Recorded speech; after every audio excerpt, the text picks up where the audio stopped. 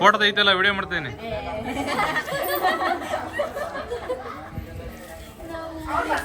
Photo pose ಕೊಡ್ತಿರಲ್ಲ.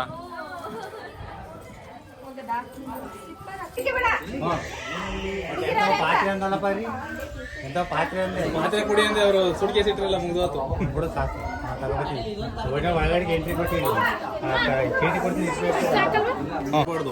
ನಾವು ಆಗರ ಮಾಡಕ್ ತಾಳಿ. ಹಾಯ್ ಎಲ್ಲರಿಗೂ, welcome back to my YouTube channel. ಎಲ್ಲರೂ ಹೇಗಿದ್ದೀರಾ? ನಾನು ಕೂಡ ಚೆನ್ನಾಗಿದ್ದೀನಿ. ಸೊ ವಿಡಿಯೋ ಕಂಟಿನ್ಯೂಟಿ ಅಂತ ಹೇಳ್ಬೋದು. ಲಾಸ್ಟ್ ವಿಡಿಯೋದಲ್ಲಿ ನೋಡಿದ್ರಿ ಅಸಹ್ಯಶಾಸ್ತ್ರ ಮತ್ತು ಅರಿಶಿನ ಶಾಸ್ತ್ರದ ವೀಡಿಯೋಸ್ ಎಲ್ಲ ನೋಡಿದ್ದೀರಾ ಅಂತ ಅನ್ಕೋತೀನಿ. ಸೊ ವಿಡಿಯೋ ಕಂಟಿನ್ಯೂಟಿ ಅಂತಲೇ ಹೇಳ್ಬೋದು. ಈ ಒಂದು ವಿಡಿಯೋದಲ್ಲಿ ನಾವೆಲ್ಲ ಹೊರಟಿದ್ದೀವಿ. ಎಲ್ಲಿಗಪ್ಪ ಏನು ಅಂತ ಹೇಳೋದಾದರೆ, ನಾವೆಲ್ಲರೂ ಧರ್ಮಸ್ಥಳಕ್ಕೆ ಹೊರಟಿದ್ದೀವಿ. ಸೊ ಮದುವೆ ಇದ್ದಿದ್ದು ಧರ್ಮಸ್ಥಳದಲ್ಲೇ, ಹಾಗಾಗಿ ಹೊರಟಿದ್ದೀವಿ. ನಾವು ಒಂದಷ್ಟು ಜನ ಕಾರಲ್ಲಿ ಹೋಗೋದು, ಅಂದರೆ ಹುಡುಗಿ ಕರ್ಕೊಂಡು ಕಾರಲ್ಲಿ ಹೋಗೋದಿತ್ತು. ಹಾಗಾಗಿ ನಾವು ಬೇಗನೆ ಹೊರಟಿದ್ವಿ. ಬೆಳಗ್ಗೆ ಒಂದು 11 ಗಂಟೆ ಅಷ್ಟರೊಳಗೇ ಹೊರಟ್ಬಿಟ್ಟಿದ್ವಿ ನಾವು. ಉಳಿದವ್ರೆಲ್ಲರಿಗೂ KSRTC ಬಸ್ ಮಾಡಿದ್ರು. ಸೊ ಬಸ್ ಬರೋದು ಒಂದು 12 ಗಂಟೆ ಮೇಲೆ ಬರುತ್ತೆ ಅಂತ ಹೇಳಿದ್ರು. ಹಾಗಾಗಿ ನಾವು ಹೊರಟ್ವಿ. ನಾವು ಫ್ಯಾಮಿಲಿ ಒಂದು ರೂಮ್ ಕೂಡ ಬುಕ್ ಮಾಡ್ಕೊಂಡಿದ್ವಿ. ಮಧ್ಯಾಹ್ನದಷ್ಟರೊಳಗೆ ರೀಚ್ ಆಗೋಣ, ಸ್ವಲ್ಪ ಬೇಗ ಹೋದ್ರೆ ಚೆನ್ನಾಗಿರುತ್ತೆ ಅಂತ.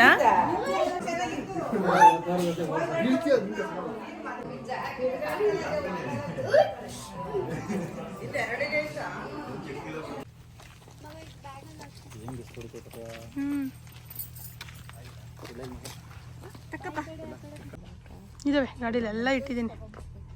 ಏನ್ ಬೇಕಿತ್ತು?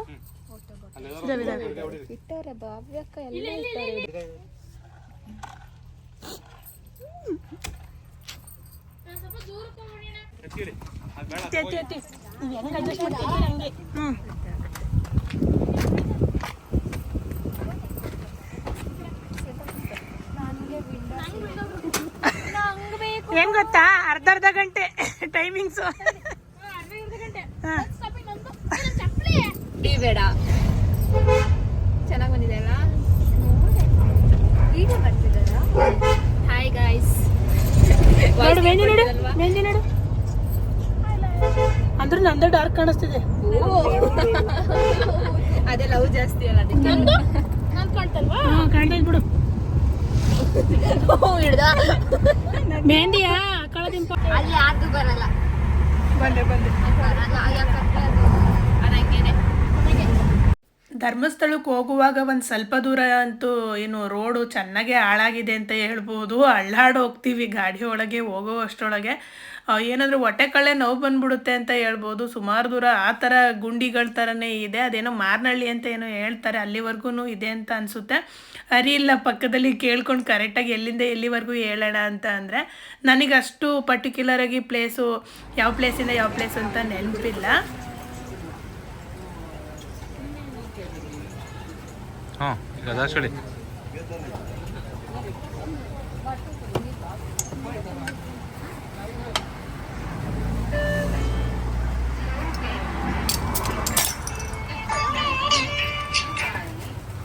ಹಲೋ ಅಣ್ಣ, ಇವತ್ತು ಮಾಡಿರಲಿಲ್ಲ, ಇವತ್ತು ರಜಾ. ಹ್ಞೂ,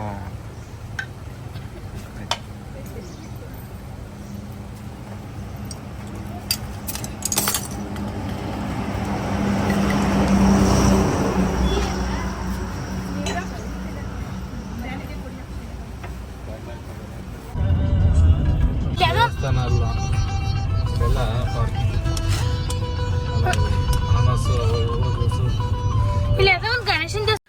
ಗುಂಡಿಯಾದಲ್ಲಿ ಒಂದು ಕಡೆ ಸ್ಟಾಪ್ ಮಾಡಿದ್ವಿ. ಅಲ್ಲಿ ಕೆಲವೊಬ್ಬರು ಎಳ್ನೀರು ಕುಡಿದ್ರು, ನಾವು ಒಂದು 3 ಜನ ಜ್ಯೂಸು ಅದೇನು ನಿಂಬೆಹಣ್ಣಿಂದೆಲ್ಲ ಮಾಡಿಕೊಟ್ರು, ಅದನ್ನು ಕುಡಿದ್ವಿ. ಅದನ್ನ ಮುಂಚೆ ಒಂದ್ಸರಿ ಟ್ರೈ ಮಾಡಿದ್ದೆ ನಾನು, ಚೆನ್ನಾಗಿತ್ತು ಅಂತ ಅನ್ನಿಸ್ತು. ಇಲ್ಲೂ ಕೂಡ ಚೆನ್ನಾಗಿತ್ತು, ಆದರೆ ಸ್ವಲ್ಪ ಪುದೀನದ್ದೆಲ್ಲ ಜಾಸ್ತಿ ಫ್ಲೇವರು ಬಂತು ಅಂತ ಅನ್ನಿಸ್ತು. ಏನಂದರೆ ಸ್ವಲ್ಪ ಜರ್ನಿಲಿದ್ದಾಗ ಈ ಥರದ್ದೆಲ್ಲ ಕುಡಿದ್ರೆ ನಂಗೆ ಸ್ವಲ್ಪ ಸಮಾಧಾನ ಆಗುತ್ತೆ. ಏನಂದರೆ ಏಸಿಗೆ ಆಗ್ತಿರುತ್ತಲ್ವ, ವಾಮಿಟ್ ಆದಂಗೆಲ್ಲ ಅನ್ನಿಸ್ತಾ ಇರುತ್ತಲ್ವ, ಅದು ಸ್ವಲ್ಪ ಕಮ್ಮಿ ಆಗುತ್ತೆ ಅಂತ ಹಂಗೂ ಹಿಂಗೂ ಅಂದ್ಕೊಂಡು ಬಂದ್ವಿ. ತುಂಬ ಬಿಸಿಲಿತ್ತು ನಾವು ಬಂದಾಗ. ಏನಂದರೆ ಆ ಬಿಸಿಲಿಗೆ ಅರ್ಧ ಒಂಥರ ಸುಸ್ತಾಗ್ತಾ ಇತ್ತು. AC ಹಾಕ್ಕೊಂಡ್ರು ನಮಗೆ ತುಂಬ ಆಗಲ್ಲ. ಕೆಲವೊಂದು ಟೈಮು ವಿಂಡೋ ಇಳಿಸ್ಬೇಕು ಅನಿಸುತ್ತೆ. ತುಂಬ AC ಒಳಗೂ ಕೂತ್ಕೊಳ್ಳೋಕ್ಕಾಗಲ್ಲ. ನಾವು ಒಂದು ರೂಮ್ ಕೂಡ ಮಾಡಿದ್ವಿ ಫ್ಯಾಮಿಲಿಗೆ ಅಂತ. ರಜತಾದ್ರಿಲಿ ರೂಮ್ ಮಾಡಿದ್ವಿ. ಅಲ್ಲಿಗೆ ಹೋಗಿ ರೂಮ್ ಕೀ ತೊಗೊಂಡು ಸ್ವಲ್ಪ ಹೊತ್ತು ರೆಸ್ಟ್ ಮಾಡಿ ನಾವು ಅಲ್ಲಿಂದ ಚೌಟ್ರಿಗೆ ಹೋಗೋಣ ಅಂತ ಅಂದ್ಕೊಂಡ್ವಿ. ಇಲ್ಲ, ಫಸ್ಟು ಚೌಟ್ರಿಗೆ ಹೋದ್ವಿ. ಅವರು ಅಲ್ಲಿ ಆಲ್ರೆಡಿ ಒಂದು ಮದುವೆದು ನಡೀತಾ ಇತ್ತು, ಮದುವೆ ಪ್ರೋಗ್ರಾಮ್ ನಡೀತಾ ಇತ್ತು. ಅವ್ರು ಹೇಳಿದ್ರು 4 ಗಂಟೆಗೆ ಬರಬೇಕು ನೀವು ಅಂತ ಹೇಳಿದ್ರು. ಸೊ ಹಂಗಾಗಿ ಮತ್ತೆ ಅಲ್ಲಿಂದ ವಾಪಸ್ ರೂಮಿಗೆ ಬಂದ್ವಿ. ರೂಮಿಗೆ ಬಂದು ಎಲ್ಲರೂ ಸ್ವಲ್ಪ ಹೊತ್ತು ರೆಸ್ಟ್ ಮಾಡಿ ಮುಖ ಎಲ್ಲ ವಾಶ್ ಮಾಡ್ಕೊಳ್ಳೋರು ಮಾಡಿಕೊಂಡು ಹೊರಟ್ವಿ. ಮತ್ತೆ ವಾಪಸ್ ಅಲ್ಲಿಂದ ಚೌಟ್ರಿ ಕಡೆ ಹೊರಟ್ವಿ. ನಾವು ಹೋಗಿ ಒಂದು ಸ್ವಲ್ಪ ಹೊತ್ತಿಗೆ ಆದಮೇಲೆ ಊರ ಕಡೆಯಿಂದ ಬಸ್ ಕೂಡ ಬಂತು ಧರ್ಮಸ್ಥಳಕ್ಕೆ. ನಾವು ಕೂಡ ಹೋದ್ವಿ ಚೌಟ್ರಿಗೆ. ಹೋಗಿ ಒಂದು 5 ನಿಮಿಷಕ್ಕೇ ಬಸ್ ಕೂಡ ಬಂತು ಊರಿಂದ. ಸೊ ಎಲ್ಲರೂ ಅವರು ಜರ್ನಿ ಮಾಡ್ಕೊಂಡು ಬಂದರು. ಎಲ್ಲರೂ ಇಳಿತಾ ಇದ್ದಾರೆ ನೋಡಿ ಇವಾಗ ಚೌಟ್ರಿ ಹತ್ರನೇ. ನಾವು ಒಳಗಡೆ ಇದ್ವಿ, ಚೌಟ್ರಿ ಒಳಗಡೆ ಇದ್ವಿ. ಅವರು ಬಂದರು, ಊರಿಂದ ಬಂದವರು.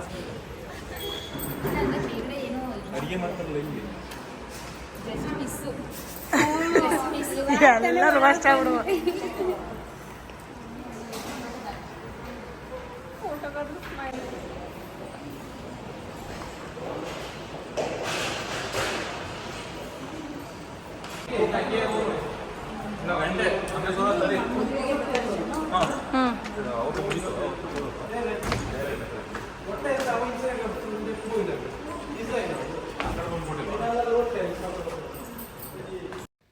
ಚೌಟ್ರಿಯಲ್ಲಿ ಸಂಜೆ ಸ್ನ್ಯಾಕ್ಸಿಗೆ ಕುಂಬಳಕಾಯ್ದು ಹಲ್ವಾ ಮತ್ತು ಶಾವಿಗೆ ಬಾತು ಮತ್ತು ಕಾಯಿ ಚಟ್ನಿ ಮಾಡಿಸಿದ್ರು. ಕಾಫಿ, ಅದ್ರ ಜೊತೆಗೆ ಕಾಫಿ.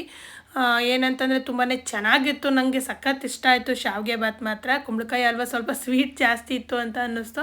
ಅದು ಬಿಟ್ಟರೆ ಶಾವಿಗೆ ಬಾತ್ ಅಂತೂ ಸಖತ್ ಅಂದರೆ ಸಖತ್ ಇಷ್ಟ ಆಗ್ಬಿಡ್ತು ನನಗೆ. ಒಂದು 2 ಸರಿ ಹಾಕಿಸ್ಕೊಂಡು ತಿಂದ್ವೇನೋ, ನಾವು 2-3 ಸರಿ ಹಾಕಿಸ್ಕೊಂಡು ತಿಂದ್ವೇನೋ.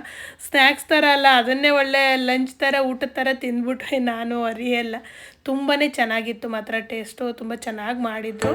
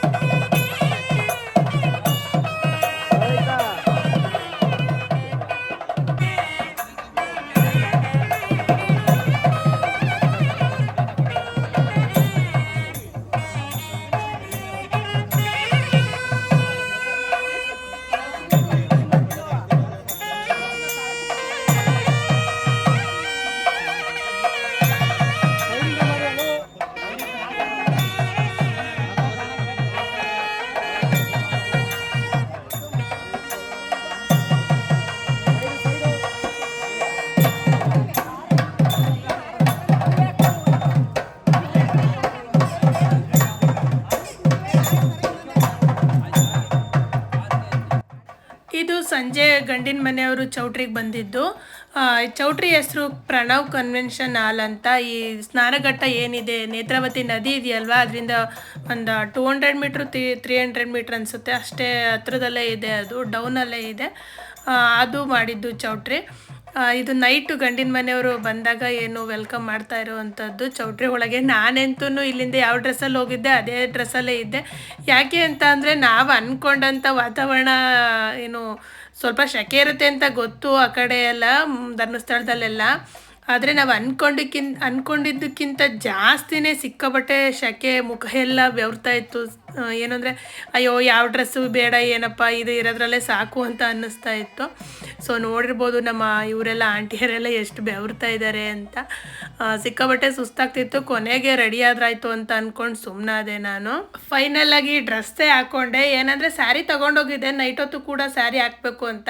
ನನಗೆ ಆ ಶೆಕೆಗೆ ಅದಕ್ಕೆಲ್ಲ ಒಂಥರ, ನಾನು ಅಷ್ಟಾಗಿ ಯಾವಾಗಲೂ ಸ್ಯಾರಿ ವೇರ್ ಮಾಡಲ್ಲ, ಬೇಡ ಅಂತ ಅನ್ನಿಸ್ತು. ಹಂಗಾಗಿ ಕಂಫರ್ಟಬಲಾಗಿ ಡ್ರೆಸ್ ಹಾಕ್ಕೊಂಡೇ ಇದ್ದೆ.